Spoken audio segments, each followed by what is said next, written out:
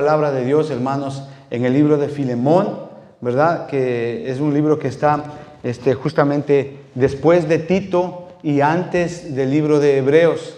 Es un libro, una carta, especialmente, ¿verdad? Es una carta que contiene 25 versículos bíblicos, 25 versos, hermano, que tienen una profundidad increíble, que tienen tanto que enseñarnos, hermano, que tienen tanto para hablarnos, para enseñarnos, para aprender de ello, hermano. Y la semana pasada pues vimos acerca de Filemón a manera de un sermón biográfico. Vimos quién era Filemón, qué características tenía Filemón, ¿no? Y yo creo que aprendimos muchísimo.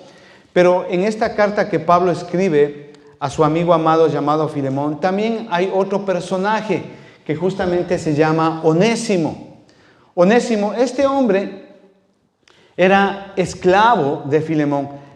Yo no sé, alguno de ustedes si leyó en esta semana toda esta carta de Filemón, usted va a entender de lo que vamos a hablar hoy día. Entonces, Onésimo era esclavo de Filemón. Onésimo era un personaje importantísimo. Usted va a decir, bueno, pues, ¿qué tiene que ver Onésimo en esta historia? Y usted va a ver que vamos a aprender muchísimo de este hombre llamado Onésimo, muchísimo, hermano. Entonces, es un hombre, hermano, que Dios utilizó para que nosotros podamos estudiar de él, aprender de él y reconocer ciertas virtudes y características que tiene este hombre, hermano, y que nos ayudan a aprender muchísimo, hermano. No, cuando yo veo biográficamente la vida de este hombre llamado Onésimo, yo me hago una pregunta, ¿no? ¿Qué clase de personas usa Dios? ¿Se ha puesto a pensar usted en algún momento qué clase de personas usa Dios? Y la respuesta para esta pregunta está en 1 Corintios capítulo 1. Acompáñeme, 1 Corintios capítulo 1, versículos 27 y 28, que me parece lo leímos la semana pasada. Porque Onésimo, si lo vemos desde un punto de vista así circunstancial, humano, ¿verdad? Onésimo es una persona de quien nadie pudiera dar nada. Es una persona hasta cierto punto insignificante, ¿verdad? Tiene como título, es un esclavo. Pero, hermano, desde nuestro punto de vista, ¿pero qué dice Dios, hermano? Porque a veces, hermano, he encontrado yo, hermano, que la gente se siente indigna para servirle a Dios. Hermano, y no es así. ¿Qué clase de personas usa Dios? Precisamente la respuesta nos da el Señor aquí en 1 Corintios capítulo 1, versículos 27 y 28. Dice, sino que lo necio del mundo escogió Dios para avergonzar a los sabios. ¿Sí? Para avergonzar a los sabios. Y lo débil del mundo escogió Dios para avergonzar a lo fuerte. Y lo vil del mundo y lo menospreciado escogió Dios, y lo que no es para deshacer lo que es, a fin de que nadie se jacte en su presencia. Hermano, aquí el Señor nos da una respuesta de a quién escoge Dios. Hermano, Dios escoge a personas insignificantes, a personas cuyo pasado fue un pasado terrible, a personas cuyo pasado, hermano, han sido personas muy simples, personas muy, en cierta manera, que han hecho o que han fallado en muchísimas cosas, que han sido despreciados por la gente, por las personas, por las mismas familias. Gente que hemos cometido muchísimos errores en la vida, errores gravísimos, errores tremendamente graves en la vida, hermano. Pero a pesar de todos esos fallos, a pesar de todos esos errores, a pesar de todas esas cosas malas que hemos hecho, hermano, Dios nos ha acogido, hermano. Dios nos ha elegido, Dios nos ha levantado con un propósito santo para una obra santa. Por eso es que dice ahí que el Señor de lo vil del mundo, de lo menospreciado del mundo, escogió Dios. Y en un momento determinado en nuestras vidas, nosotros estuvimos haciendo cosas despreciables, cosas viles. Pero Dios, en su amor y en su misericordia y en su propósito, Dios escogió darnos una oportunidad a usted y a mí. Y esa oportunidad es justamente con un propósito santo, ¿verdad? Con un propósito santo para una obra santa. Es decir, Dios nos enseña a través de su palabra que por medio de su palabra nosotros podemos cambiar nuestra vida, como leímos hace un momento ahí en el Salmo 19. ¿Sí? Y no solamente eso, sino que también Dios bendice al que enseña la palabra. Esto es importante y crucial que nosotros como creyentes entendamos. Que nosotros no solamente Dios nos enseña y nos cambia a través de su palabra, sino que también Dios bendice al que enseña su palabra. Y estas personas que Dios ha levantado, que Dios ha restaurado, son como lumbreras aquí en la iglesia. Somos como lumbreras, como esa luz.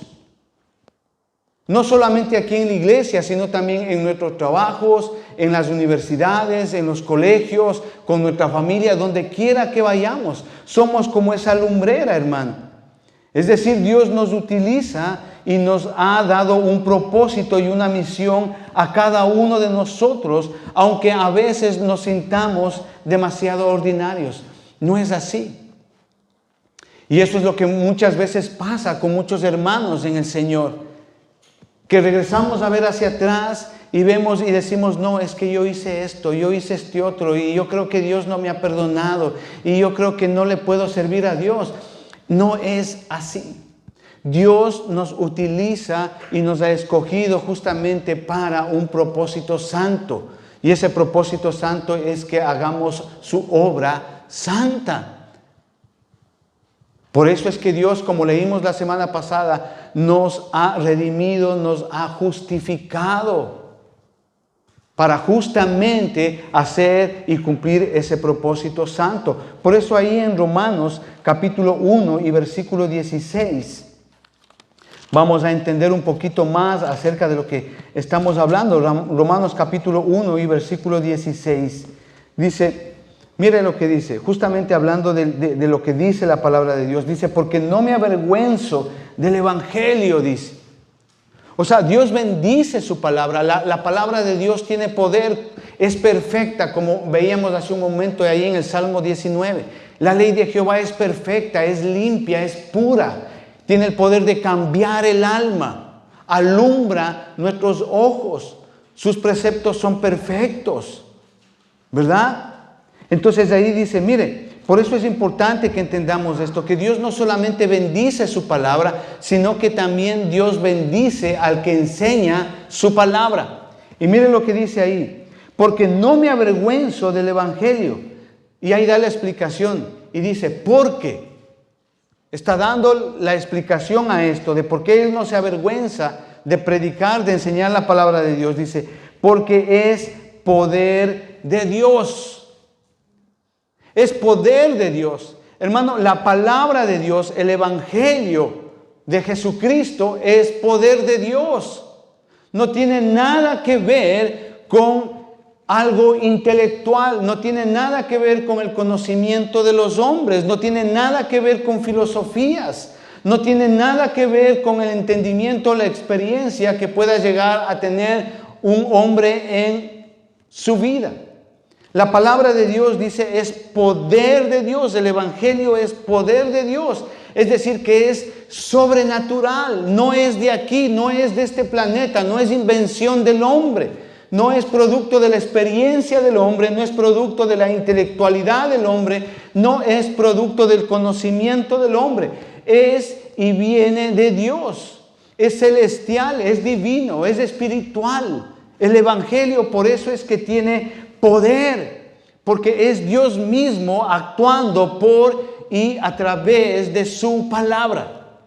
Por eso es que tiene la capacidad de cambiar el alma, de convertir a un alma, de un ser miserable a una nueva criatura en el poder del Señor Jesucristo. Y esto es interesante, hermano. ¿Por qué? Porque el Evangelio, la palabra de Dios, nos guía ¿a qué? Hacia la salvación, dice, a todo aquel que en Él cree. Al judío primeramente y también al griego. Es decir, el Evangelio no hace diferencia de nadie. El Evangelio es para todos. Y eso es lo que vamos a ver más despuesito mientras transcurre este mensaje.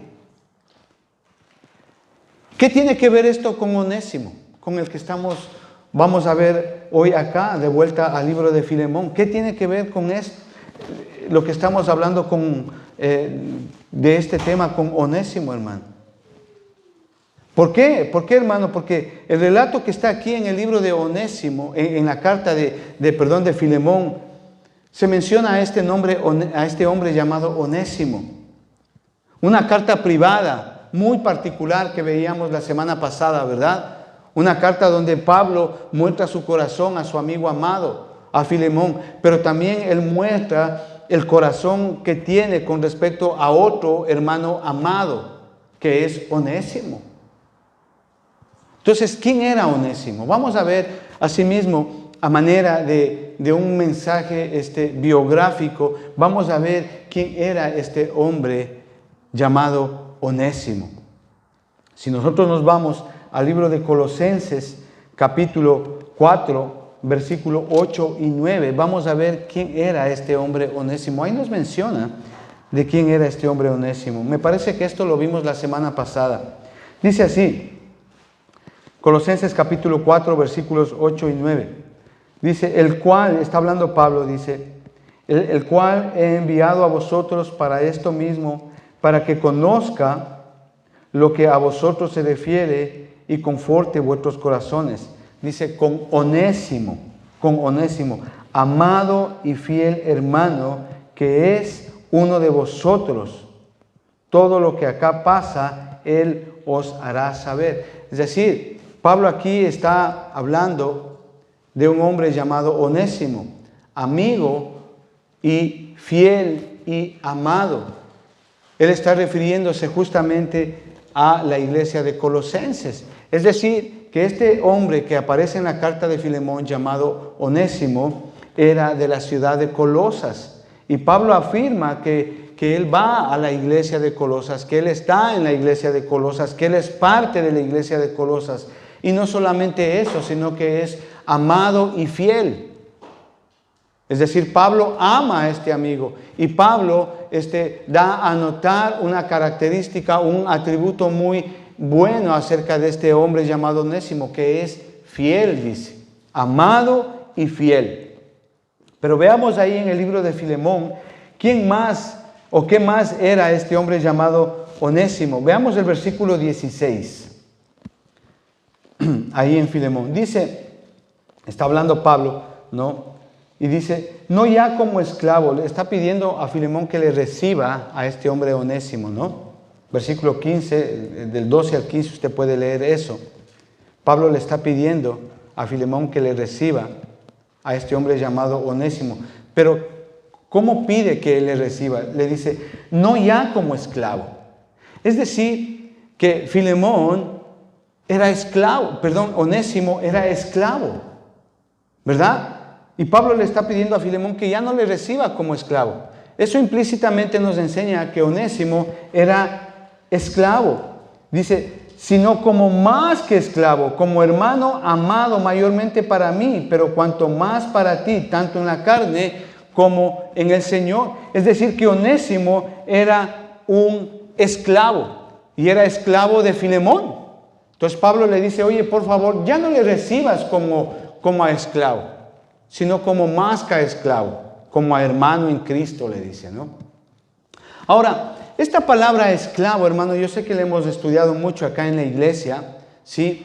Pero quisiera ver esta palabra esclavo o lo que es la esclavitud desde un punto de vista diferente, hermano. ¿Sabe usted que la palabra esclavitud el concepto de esclavitud no ha cambiado hasta el día de hoy, no ha cambiado, sigue siendo el mismo, porque va en contra la esclavitud desde un punto de vista humano, entiéndame bien, desde un punto de vista del hombre, ¿verdad? Entiéndame bien.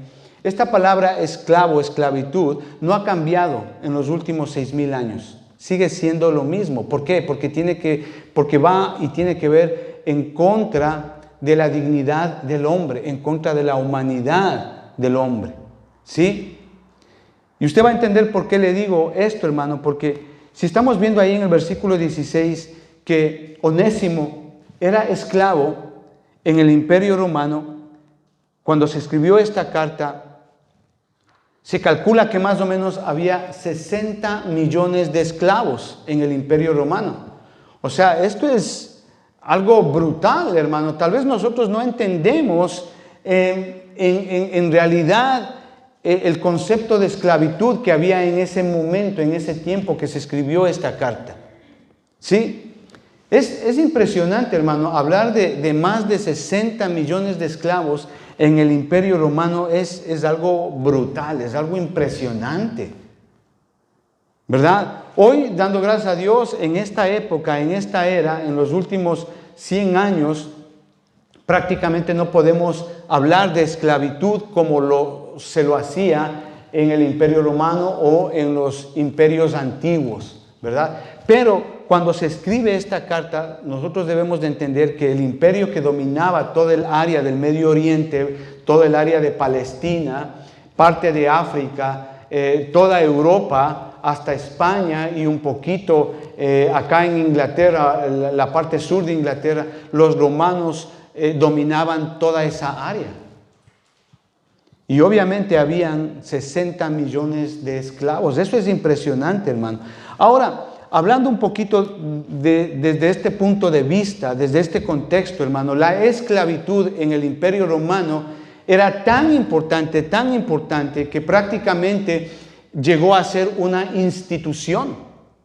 Así como, por ejemplo, en el Imperio Romano, otra institución era el ejército, la cual tenía su función, es decir, de ir, dominar pueblos, ganar guerras, etc. Asimismo, la esclavitud llegó a ser una institución en la época del Imperio Romano, en la época en la cual se escribió esta carta. Una institución, así como el Senado en el Imperio Romano, quien dictaba las leyes, los estatutos y cómo se organizaba todo el Imperio Romano. Asimismo, la esclavitud llegó a ser una institución. Es decir, la cosmovisión, la sociedad en la cual se desenvolvía el Imperio Romano no se veía sin esta institución que es la esclavitud.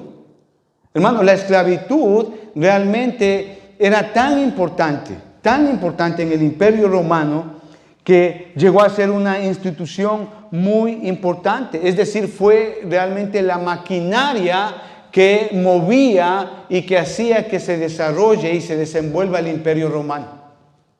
¿Por qué? Porque en el Imperio Romano, en la esclavitud o como esclavos, había profesores, había gente culta, había médicos, había artesanos, había constructores, había siervos. Es decir, hermano, que la esclavitud en ese entonces era realmente importante, hermano. Y esta justamente era lo que hacía que el Imperio Romano se moviera, se desarrollara, hermano. Porque justamente no solamente es que había ahí esclavos o siervos haciendo cosas insignificantes. No. Dentro de la esclavitud, dentro de los esclavos, en el Imperio Romano había gente intelectual, pensadores, profesores, médicos, poetas, hermanos. O sea, esto es importante de que nosotros podamos analizar. Y Onésimo era uno de esos 60 millones de esclavos del Imperio Romano, hermano. ¿Sí? Entonces yo quiero que por favor me entienda esto, hermano, para que pueda entender el resto del mensaje, hermano. ¿Por qué les digo esto, hermano? Porque al igual que hoy, ese concepto de esclavitud no ha cambiado. ¿Por qué les digo esto, hermanos? Porque los esclavos, hermano, no, a los esclavos no se les permitía ejercer su voluntad. Más vale la voluntad del amo, de su señor. ¿Me está entendiendo? No tenían sus propios intereses. Más vale los intereses de su amo, de su señor. Los esclavos no podían tomar decisiones. Un esclavo no puede tomar decisiones. Las decisiones las toma su amo, su señor. El esclavo solamente está para recibir órdenes y ejecutar órdenes de su amo, de su señor. Es tan interesante, hermano, que en ese tiempo, sí, a los esclavos se les compraba y se les vendía como objetos, cualquiera. Y Onésimo era uno de esos 60 millones de esclavos del Imperio Romano, hermano. Y es interesante. Es decir, no solamente era de Colosas, no solamente era esclavo, sino que también era un ladrón. Veamos ahí el versículo 18 y 19 de Filemón. Mire, versículo 18 y 19. Dice, y si algo te dañó o te debe, ponlo a mi cuenta. Yo, Pablo, lo escribo de mi mano, yo lo pagaré, por no decirte que aún tú mismo te me debes también. ¿Qué está diciendo Pablo a Filemón ahí? Le está diciendo que Pablo está reconociendo que Onésimo cometió algo deshonesto, es decir, para él huirse, él posiblemente le robó algo a Filemón, ¿sí? Probablemente cuando Onésimo huyó hacia Roma, claro, se fue llevando algo o algunas pertenencias, dinero, no sabemos, a Filemón justamente para su viaje. Pero para poder huir de su amo Onésimo, ¿sí? Huyó de Colosas a Roma, eso ya lo explicamos. Hermano, y aquí sucede algo importante. Aquí Onésimo huye robándole a su amo Filemón, huye a Roma, a perderse ahí en las calles donde hay millones y miles de personas. Y cuando él huye de su amo, de su señor, lo último que él podía esperar en su vida es encontrarse con un hombre llamado Pablo. Y eso es lo que sucede. Mire el versículo 10.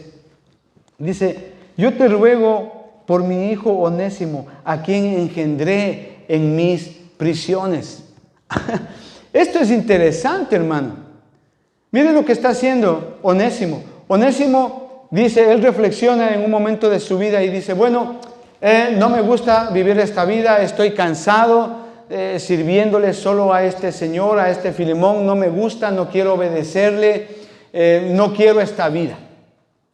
Y él razona y dice, pues sé que hay en Roma, hay mejores oportunidades, hay más dinerito, puedo trabajar, puedo camuflarme, nadie puede de pronto darse cuenta que soy esclavo y puedo ser libre. Él razona y reflexiona y toma esa decisión, se huye, dice, pero necesito algo para el viaje. Y se roba de su amo algo, se roba, no sabemos si fue dinero, pertenencias, y se va a Roma.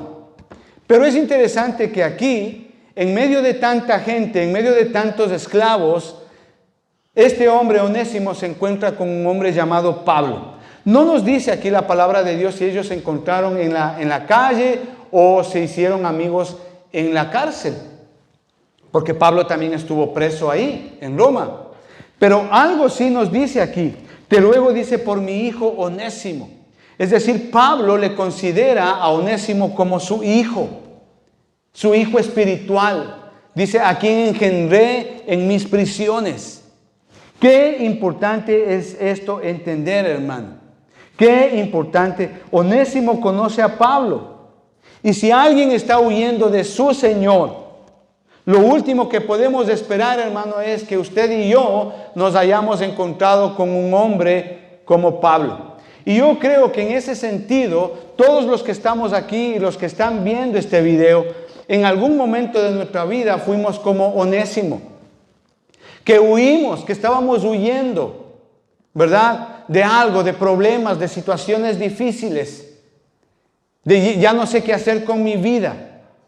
Y todos hicimos cosas deshonestas, todos hicimos cosas malas, ¿verdad? Y creyendo que al huir vamos a encontrar una solución a nuestra vida.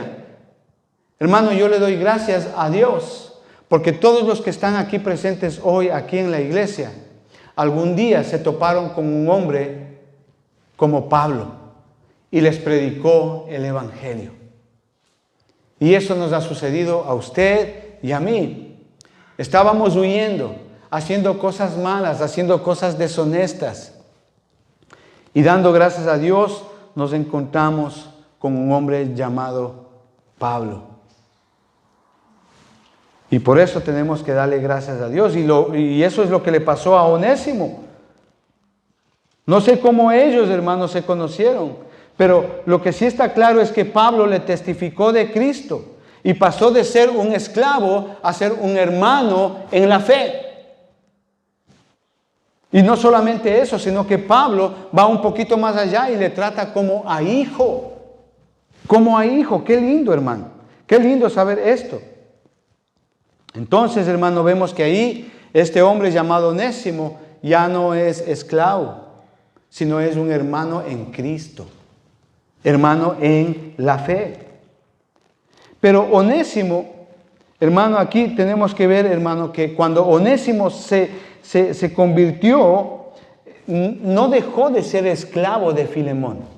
Entienda bien el contexto en que le estoy hablando. No dejó de ser esclavo de Filemón.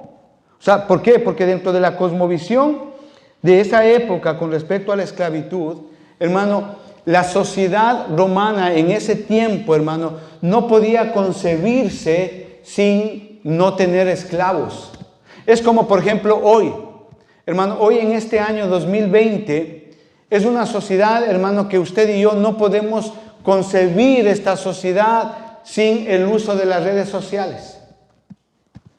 Es una sociedad, hermano, que se desarrolla, se mueve, se desenvuelve en base al uso de las redes sociales.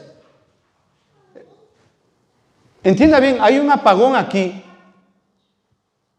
Se caen todas las redes sociales, hermano, se acabó esta sociedad. Se acabó. Entonces lo mismo sucedía en ese tiempo.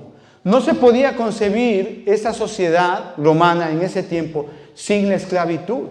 Por eso es que Pablo entiende bien en este concepto.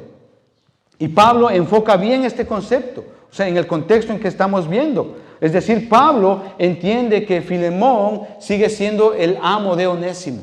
Sigue siendo el amo de Onésimo, hermano. ¿Ya? Entonces Pablo da por sentado, obviamente, que Onésimo es propiedad de Filemón, sigue siendo su amo. Hermano, y al igual que hoy día la esclavitud es terrible, como yo les decía, justamente porque va contra la dignidad del ser humano, contra la dignidad de la humanidad. Hoy igual sucede eso, hermano. Pero los que han leído los evangelios, los que han leído las cartas, sí, las epístolas que hay en el Nuevo Testamento, todas, hasta el libro del Apocalipsis, usted se va a dar cuenta algo, hermano, que la iglesia del primer siglo no predicó en contra de la esclavitud. No lo hizo. No lo hizo absolutamente para nada. Pero sí sabemos, hermano, que Jesucristo introdujo un amor tanto para el amo como para el esclavo. Veamos el versículo 16. Dice, no ya, está hablando de que le reciba a Onésimo, ¿no? No ya como esclavo, sino como más que esclavo, como hermano amado, mayormente para mí, pero cuanto más para ti en la carne como en el Señor. Esto es impresionante, hermano. Esto es crítico y muy importante en la relación del amo con su esclavo. Esto es importante que usted debe de entender, hermano, cuando el evangelio entró en la sociedad, hermano, ¿sí? lo que hace el Evangelio es muy importante, hermano. ¿Por qué? Porque el Evangelio entra en la sociedad, entra en las personas. ¿Para qué, hermano? Para que los amos, ¿sí?, sean responsables ante Dios con sus esclavos, con sus siervos, y que los esclavos puedan recibir el amor de Dios y puedan amar a Dios y a su Señor. Esto es serio y esto es muy crítico en cuanto a la evangelización, hermano. Es decir, Dios toca a Filemón y Dios toca a Onésimo. Dios pone el amor a Filemón y Dios pone el amor de Dios a Onésimo. ¿Me está entendiendo? Ese es lo que hace la palabra de Dios. Eso es lo que hace el cristianismo cuando predicamos el Evangelio de Jesucristo.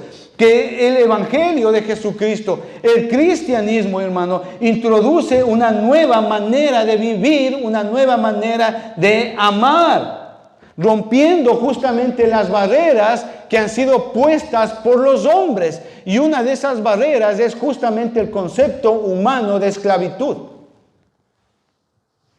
Por eso es que Pablo le dice, oye, ya no le recibas como esclavo, sino como más que esclavo, dice, como a hermano amado. Es decir, hermano, Pablo está poniendo el enfoque correcto, el enfoque bíblico, el enfoque espiritual en esa relación de estos dos hombres, de Filemón y de Onésimo. El cristianismo no veía los orígenes raciales, hermano, o procedencias. Veía justamente la capacidad que tiene la palabra de Dios, el predicar a Cristo. ¿Para qué? Para transformar los corazones de las personas y transformarlos justamente a la imagen y semejanza de Jesucristo. Por eso es que el predicar el Evangelio es importantísimo, hermano, porque pone el amor de Dios, sin importar la clase de persona que haya sido o que sea, sin importar la procedencia, sin importar orígenes raciales, hermano, sin importar el trasfondo cultural. No, hermano. Ese es el poder del Evangelio. Traspasa, penetra a toda sociedad, cultura, filosofía, tradición, modos de pensamiento, para poner la verdad y el amor de Dios y transformar y restaurar, hermano, a través de la verdad de Jesucristo. Es decir, la predicación del Evangelio de Jesucristo rompe todo esquema establecido por el hombre. Por eso es que la ley de Jehová es perfecta, es única, cambia el alma, transforma el alma. Edifica a las personas, sana a las personas, a las familias, a las sociedades. ¿Para qué? Para que vengan justamente al conocimiento de la verdad que es en Jesucristo. Acompáñeme ahí a 1 Corintios capítulo 12 y versículo 13. Justamente es de lo que estamos hablando. 1 Corintios capítulo 12 y versículo 13. Dice así: porque por un solo espíritu fuimos todos, o griegos, sean esclavos o libres, y a todos se nos dio de beber de un mismo espíritu. Si ve, el Señor está poniendo énfasis justamente en lo que Pablo le está explicando a Filemón, que haga con Onésimo. Pablo entendía justamente este punto, hermano. Pablo lo entendía desde un punto de vista espiritual, no humano, no terrenal, no circunstancial. Pablo entendía, hermano, que al venir y amar a Cristo en nuestro corazón, Dios nos transforma, Dios nos hace una nueva persona. O sea, ya no es el punto étnico, ya no es el punto racial, ya no es el punto político, ya no es el punto cultural. Ya no es que yo soy de Colombia, de Ecuador, de Bolivia, de Perú, de Venezuela. No. Eso con el Señor se anula, se rompe. Somos uno en Cristo Jesús, ya está. ¿Por qué? Porque el mismo Cristo que habita en mi hermano que es colombiano, habita en mi persona que soy ecuatoriano. El mismo Cristo que habita en aquella persona que tiene mucho dinero, también el mismo Cristo y el mismo amor habita en aquella persona que no tiene un penique. Eso es lo que está diciendo acá, es decir, el enfoque de Pablo es absolutamente correcto. para definir que en Cristo Jesús no debe de haber líneas o barreras que nos separen a usted y a mí como hermanos en la fe. No debe de haber, no la hay. Amén. Por eso, amados hermanos, donde quiera que el Evangelio es predicado, hay una diferencia, ¿sí? Hay una diferencia transformadora de dentro hacia afuera. Sea una persona, sea una familia, sea una sociedad o sea una cultura. Se ve, se nota cuando el Evangelio ha sido predicado en esa persona, cuando el Evangelio ha sido predicado en esa familia, en esa sociedad, en esa cultura. Se nota. Esas líneas, esas barreras que han marcado desigualdad, desunión, desaveniencia, niveles sociales, niveles culturales, en el Señor no existe eso, hermano. Todos somos igual, todos somos uno. Todos somos uno, hermano. Dios no solamente tiene un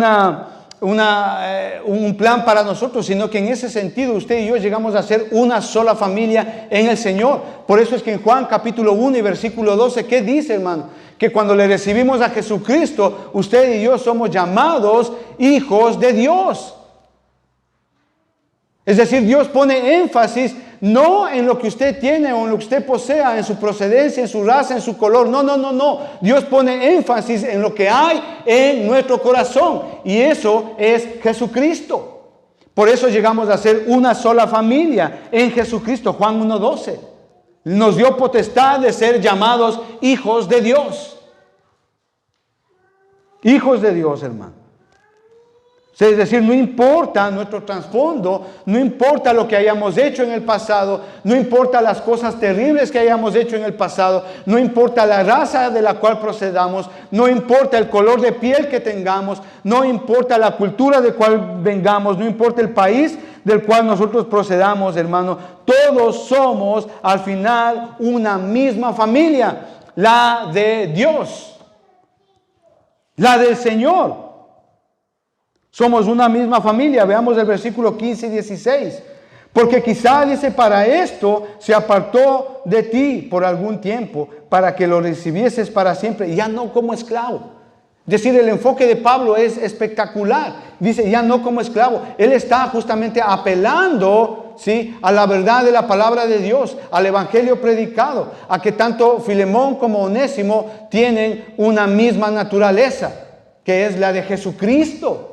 Por eso es que le dice, ya no como esclavo, sino como más que esclavo, hermano. Se rompe esa barrera, se desaparece esa barrera, se obvia, se omite esa barrera. Sino dice como hermano, y no solamente como hermano, sino como amado. Y eso lo vimos la semana pasada, como amado, mayormente para mí, pero cuanto más, dice, para ti, no solamente en la carne, sino en el Señor. Espectacular el enfoque de Pablo. Pablo entiende este punto y lo marca específicamente aquí en estos dos versículos. Lo que le está diciendo, para resumirle, el apóstol Pablo a Filemón es lo que le está diciendo. Mira, en el Señor ya no hay esa barrera de amo y esclavo. No. Tú y él son iguales. Tú y él son iguales. No existe ya más esa barrera. Entonces, eso era Onésimo, como primer punto. Pero como segundo punto, Onésimo tenía un problema, todavía tenía un problema. No se le podía pasar por alto lo que él hizo. Es decir, como segundo punto, para los que están anotando, Onésimo tenía un problema. Y ese problema tiene que ver justamente con lo que él hizo. ¿Qué hizo? Él hizo dos cosas. Huyó y robó. Él hizo dos cosas, justamente eso. Él huyó y robó. Huyó de su amo y le robó a su amo. Y aquí, porque simplemente él fuera creyente, no quiere decir eso de que, porque él es creyente, bueno, ahí queda todo y bueno, no pasa nada. Veamos el versículo 11, lo que dice ahí. Dice, el cual en otro tiempo te fue inútil, pero ahora a ti y a mí nos es útil, hermano.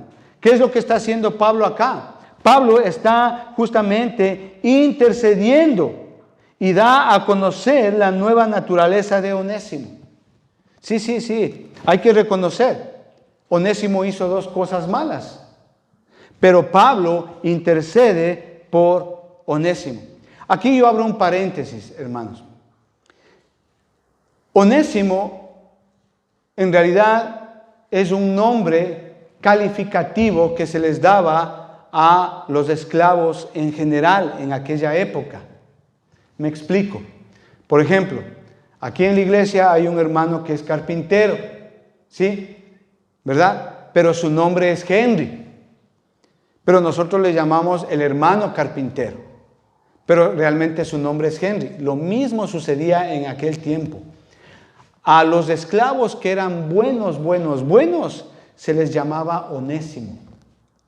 La palabra Onésimo en griego quiere decir útil, de buen desempeño, de provecho, quiere decir Onésimo. Entonces lo que vemos aquí es que Pablo está haciendo un juego de palabras impresionante justamente para interceder por este hombre llamado Onésimo. Dice, antes no te era útil, pero hoy es de provecho. Hoy es provechoso. Ese es Onésimo. Es decir, Pablo lo que quiere hacer es justamente lo correcto. Mire ahí en el versículo 12 y 13 dice, el cual dice, vuelvo a enviarte. Es decir, Pablo no está pasando por alto el error o los 2 errores que cometió Onésimo. Dice, el cual vuelvo a enviarte, tú pues recíbele como a mí mismo. Pablo sigue intercediendo por él. ¿Se da cuenta? O sea, oye, haz el favor, mira, yo sé que él te robó y se huyó, pero por favor recíbele como a mí mismo, dice, ¿ya? Versículo 12, el cual vuelvo a enviarte, tú pues recíbele como a mí mismo. Y el 13, yo quisiera retenerle conmigo. Es decir, Pablo está aquí haciendo referencia a lo útil que es Onésimo para Pablo, para que en lugar tuyo me sirviese en mis prisiones por el Evangelio. Pero nada quise hacer sin tu consentimiento, dice. Es decir, Pablo entiende que Onésimo tiene que arreglar cuentas con su amo Filemón. Él entiende los errores que cometió Onésimo con su amo. ¿Sí? Para que por tu favor no fuese como necesidad, sino voluntario. Qué impresionante, hermano, qué impresionante. ¿Sabe por qué le digo esto, hermano? Lo que está haciendo Pablo es único aquí, con este hombre Onésimo. ¿Sabe por qué? Porque en aquel tiempo, si un amo le lograba capturar al esclavo que se huyó, ¿sabe qué le hacían? Le podía matar o ejecutarle. Tan sencillo como eso, hermano. Pero Filemón, hermano, es un creyente y él no podía hacer eso, porque el amor de Cristo está en él. Y Onésimo tenía que enfrentar lo mal que él hizo. Por eso ahí dice en el versículo 12, el cual vuelvo a enviarte. Versículo 12, el cual vuelvo a enviarte. Es decir, que Onésimo acepta su responsabilidad. Usted no le ve diciendo a Onésimo, ay, oye, qué pena, no, y si me mata, ¿qué? No está diciendo Onésimo eso. No, Onésimo está enfrentando y siendo responsable con lo que él hizo. Porque Pablo no está diciendo, oye, ¿sabes qué? Le persuadí, le rogué a Onésimo que vaya donde ti. No. El cual vuelvo a enviarte. Es decir, Onésimo acepta esa responsabilidad y va justamente donde él. Pero obviamente Filemón era creyente y no podía hacer eso de matarle, ¿verdad? ¿Cuál era el testimonio aquí? El testimonio está en juego. ¿El qué dirán? A veces nosotros, hermanos, pensamos en eso, ¿no? Oye, ¿y si hago esto y ahora qué me van a decir, verdad? ¿Y si voy a la iglesia, qué me van a decir? ¿Y si les digo que soy cristiano, qué me van a decir? Y hay esa vergüenza implícita a veces, ¿no? Y es que yo hice esto, ahora ya no voy a la iglesia. Hermano, eso es terrible, hermano, esos pensamientos. No, pero aquí vemos que Filemón, hermano, él tenía muy claro las cosas. Y él no estaba preocupado por el qué dirán. Si vemos ahí en el versículo 12, como vimos, hermano, hace un momento, el cual vuelvo a enviarte, dice.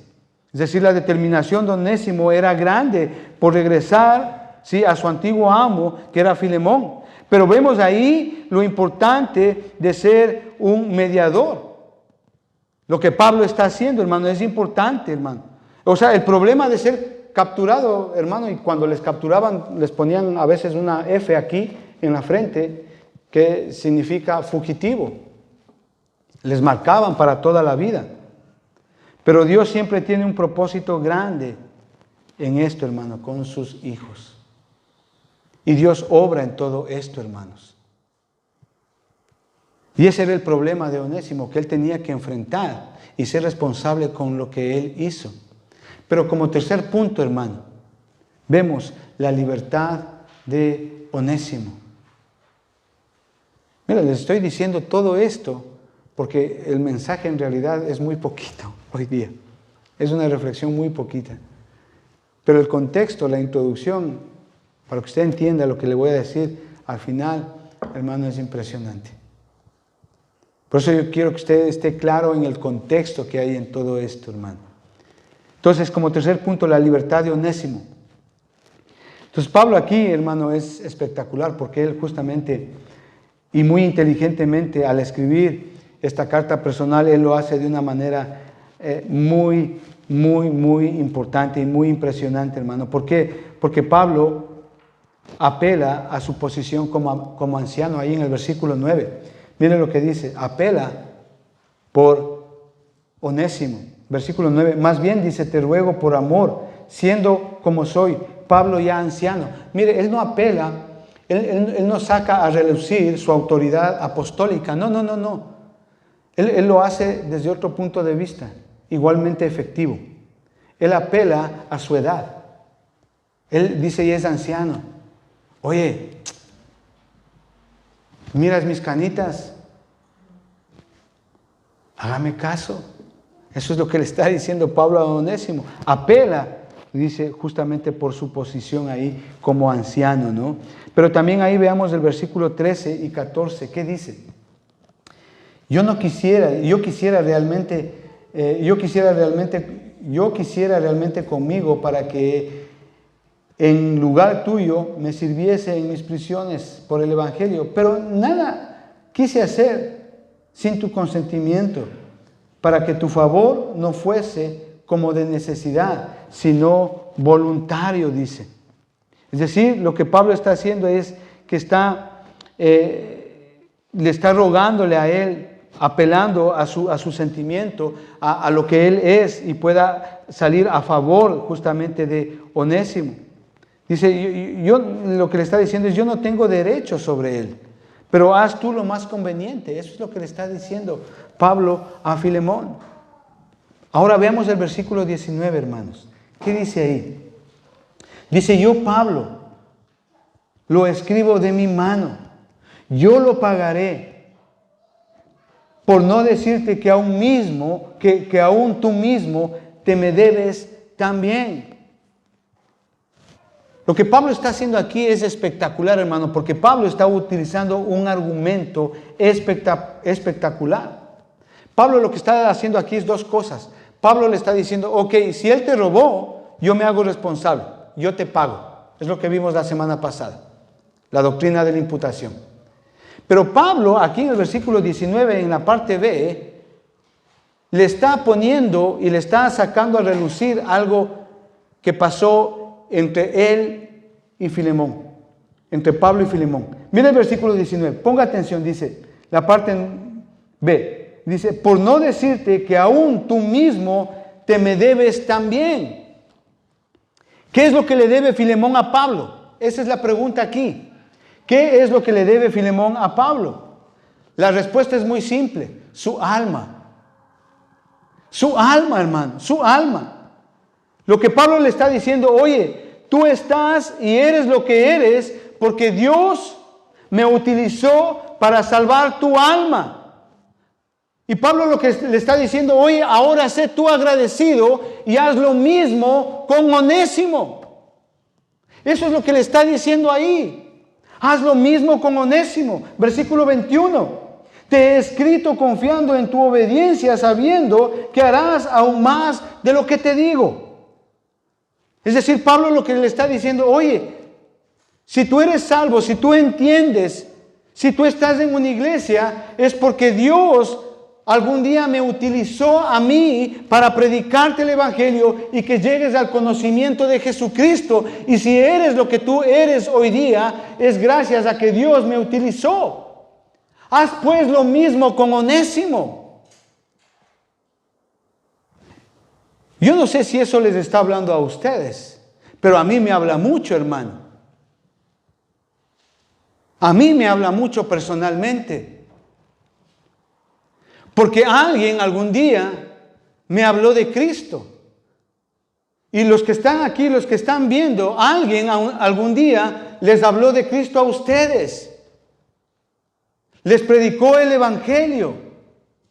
Estaban huyendo, estaban con problemas, situaciones difíciles, desesperadas en su vida, haciendo cosas deshonestas, muchas veces cosas innombrables. Y algún día alguien les habló a ustedes de Cristo y su vida cambió. Y Pablo lo que está diciendo, hey, haz tú lo mismo con Onésimo. La pregunta es aquí, ¿está usted haciendo lo mismo que Pablo le pide que haga a Filemón? ¿Está usted predicando el evangelio? ¿Está usted predicando las buenas nuevas del Señor? ¿Y sabe qué sucede aquí, hermano? Lo que sucede es que Filemón perdona a Onésimo y Filemón le manda de vuelta a Pablo a Roma. Fin de la historia. ¿Cree usted que ahí termina la historia? No. Termina la historia aquí, sí, en el versículo 25. Una historia muy bonita. Pero ahí no termina la historia de Onésimo. Ahí no termina la historia de Onésimo, hermano.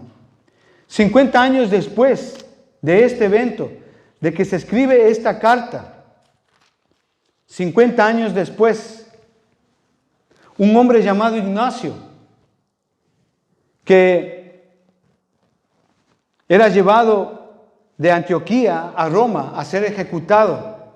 Él, en una de sus últimas cartas, cuando estudiamos la historia de la iglesia, en una de sus últimas cartas, este hombre llamado Ignacio, él escribe a la iglesia de Éfeso y escribe al obispo de Éfeso, señalando y exaltando la utilidad de aquel obispo de la iglesia de Éfeso.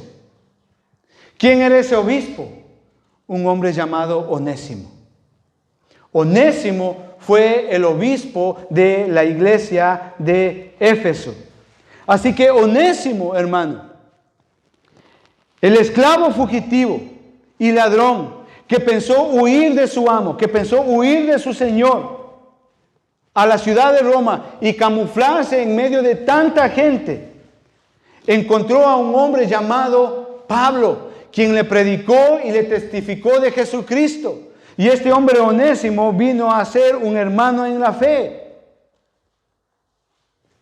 A ser un hermano en la fe. Y fue y enfrentó y arregló su problema que él había hecho con su ex amo Filemón. Y luego fue de vuelta a Roma para seguirle ayudando a Pablo en su obra. Qué espectacular, hermano. Qué lindo. Y ahora, 50 años más tarde, este hombre, esclavo y fugitivo y ladrón, es el obispo de la iglesia de Éfeso. De esclavo a obispo. ¿Cómo es esto? ¿Cómo sucedió esto, hermano? La respuesta es muy simple. Por la gracia de Dios. Dios siempre estuvo en el cuidado de este hombre llamado Onésimo. Siempre estuvo en el control de toda su vida, tanto en los pequeños detalles como en los grandes detalles. Dios no tiene un plan B. Entienda, amado hermano, Dios no tuvo un plan B con Onésimo. No lo tuvo. Dios siempre en su voluntad absoluta, Él estuvo en control de la vida de Onésimo siempre, en los pequeños y en los grandes detalles. Y Onésimo fue lo que fue. De ser un esclavo llegó a ser obispo en la iglesia de Éfeso. Y así como sucedió con Onésimo, sucede con usted y conmigo. Dios siempre ha estado en control y en absoluto control de nuestras vidas, tanto en los pequeños detalles como en los grandes detalles. El hecho de que usted esté hoy aquí en esta congregación, el hecho de que usted diga yo soy creyente, I am believer, I am a Christian, no es porque a usted se le ocurrió, es porque Dios siempre tuvo un propósito santo con usted.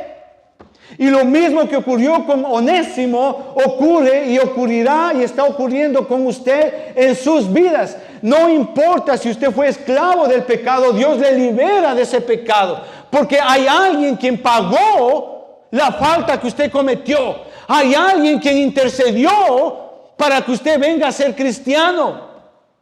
Porque todos en la vida, todos, absolutamente todos en la vida, hemos sido como ese Onésimo, alejados de Dios, alejados de nuestro Señor, huidos de Dios. Pero a pesar de eso, Dios ha tenido control de absolutamente toda nuestra vida. En los pequeños y en los grandes detalles, Él siempre ha estado ahí con usted. Y el hecho de que usted venga a esta congregación, el hecho de que usted ame a Cristo, el hecho de que usted haya sido redimido, justificado por la sangre de Jesucristo, no es coincidencia. Es porque Dios ya tiene un propósito santo con usted para que haga la obra santa de Dios.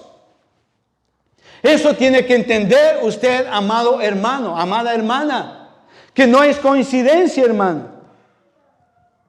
Por esto, hermano, más que una simple narración histórica de un personaje histórico, hermano, este es un cuadro especial de lo que Dios ha hecho por nosotros, con usted y conmigo.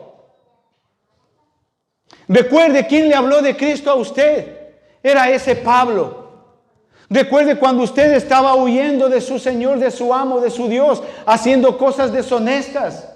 Pero aún así Dios en su amor, en su misericordia, predestinó a que usted se encuentre con un Pablo y le predique del Evangelio de Jesucristo.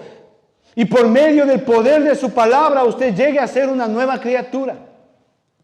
Un creyente, el amor de Dios depositado en su corazón. Esa es la verdad del Evangelio, hermanos. Por eso es que en Romanos capítulo 8, versículos 28, 29 y 30, dice justamente y habla justamente de la doctrina de la predestinación. Porque así como Onésimo fue predestinado aún antes de que él naciese para ser obispo en la iglesia de Éfeso, usted y yo hemos sido predestinados para que andemos en la obra santa de Dios. Dice, y sabemos que a los que aman a Dios todas las cosas le ayudan a bien, esto es, a los que conforme a su propósito son llamados. Porque dice, a los que antes conoció, también los predestinó para que fuesen hechos conforme a la imagen de su Hijo, para que Él sea primogénito entre muchos hermanos. Y a los que predestinó, a estos también llamó, y a los que llamó, a estos también justificó, y a los que justificó, a estos también glorificó. Hermano, y esto es un amén enorme. Esto es un amén de agradecimiento, porque por el hecho de que usted y yo estemos aquí, hermano, es gracias a la gracia de Dios. Vamos a orar, hermanos. Padre, te damos gracias, Señor, en el nombre de Jesucristo por este día, por tu palabra santa, bendita y pura, Señor. Como leímos, Señor, hoy, Señor, tu palabra, tus preceptos, Señor, son verdaderos, son puros, Señor. Alumbran, Señor, tus testimonios son fieles, tus mandamientos son rectos, tus preceptos son puros. Señor, que nos ayudan alumbrar nuestro camino, nuestra alma.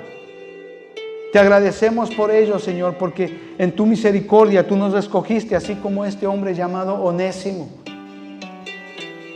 Y de ser esclavo le llevaste a ser un obispo en la iglesia de Éfeso. Te agradecemos por ello, Señor, porque tú nos has dado una nueva vida. Nos has sacado de esa esclavitud de pecado, Señor. Y hoy somos tus siervos. Te amamos, Señor, por eso. Bendecimos esta palabra hoy, Señor, en el nombre de Cristo Jesús. Amén. Amén, hermanos. Que Dios les bendiga. Muchísimas gracias.